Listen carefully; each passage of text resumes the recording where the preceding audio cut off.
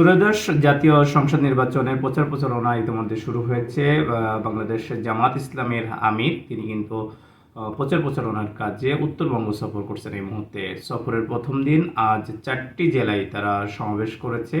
আমরা সকাল থেকেই জামাতের আমিরের যে সফর সেখানে আমরা ছিলাম। প্রথমত পঞ্চগড়ে তিনি একটি সমাবেশ করেছেন। এরপরে সেখান থেকে দিনাজপুরে দুপুরে একটি সমাবেশে অংশ নেন। এরপর বিকেলে ঠাকুরগাঁও এবং রাতে রংপুরে তিনি কিন্তু সমাবেশে অংশ নেন। এই সমাবেশগুলোতে ঘুরে ফিরে কিছু কমন বিষয় তিনি আলাপ আলোচনা করেছেন, কথা বলেছেন, জনগণকে বলেছেন। এর মধ্যে প্রথমত হলো দুর্নীতি, সন্ত্রাস এবং চাঁদাবাজিদের বিরুদ্ধে তিনি ভোট দেওয়ার কথা বলেছেন এবং ন্যায় ও ইনসাফ ভিত্তিক বাংলাদেশ গড়ার যে কথা তিনি বলেছেন। এর বাইরে বেশ কিছু জায়গা ভেদে তিনি কথা বলেছেন। পঞ্চগড়ে যে তিনি যেমন বলেছেন চিনি কল তাদের যে বন্ধ রয়েছে দীর্ঘদিন, সেটি তারা সরকার যদি ক্ষমতা গঠন করতে পারে অবশ্যই চিনি কলটি তারা খুলে দেবে এবং কার্যক্রম শুরু করবে।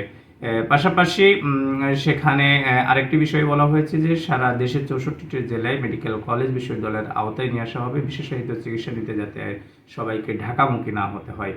এই প্রতিশ্রুতি কিন্তু সেখানে দিয়ে আসা হয়েছে যে পঞ্চগড়েও একটি মেডিকেল বিশ্ববিদ্যালয় কলেজ যদি জামাত জোট ক্ষমতায় আসে তাহলে তারা তৈরি করে দেবে।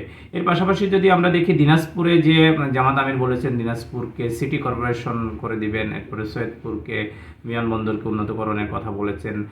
আমরা ঠাকুরগাঁয়ে তার বক্তব্য যখন শুনেছি আমরা দেখেছি ঠাকুরগাঁয়ের জন্য বিশেষ তেমন কিছু না বললেও সেখানে তিনি পররাষ্ট্র নীতি নিয়ে কথা বলেছেন যে বিদেশে তারা বন্ধু খুঁজবেন, প্রভু খুঁজবেন না। পাশাপাশি বেকার ভাতা নিয়ে তিনি প্রশ্ন তুলেছেন যে বেকার ভাতার মাধ্যমে বেকারদেরকে মূলত অপমান করা হবে।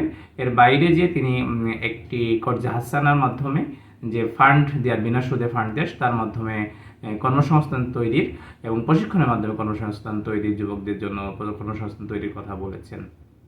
আমরা যদি আরেকটু বিষয় দেখি যে রংপুরে এসে কিন্তু তিনি তিস্তা নিয়ে কথা বলেছেন, পুরো উত্তরবঙ্গের নদীগুলো নিয়ে কথা বলেছেন এবং তিস্তা খনন কার্যক্রম চালু করার ইঙ্গিত দিয়েছেন এবং সরকার গঠনের পর প্রথমেই তাদের রংপুরে এই কার্যক্রমটা চালু হবে বলে বলেছেন।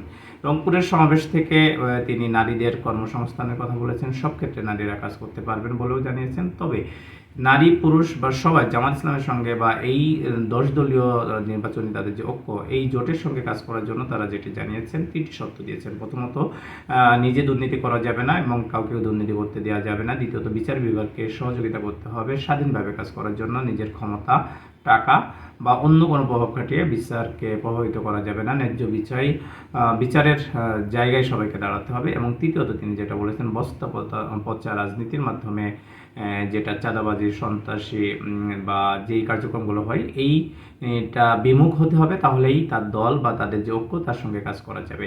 এর বাইরে যদি আমরা বলি প্রত্যেকটি কর্মসূচিতেই তিনি একটি বিষয়ে জোর দিয়েছেন যে উত্তরবঙ্গ মূলত কৃষি ক্ষেত্র রয়েছে, এখানে কৃষি নির্ভর করে অনেকে জীবনযাপন করেন এবং এখানকার অর্থনীতি অনেকটা কৃষি নির্ভর।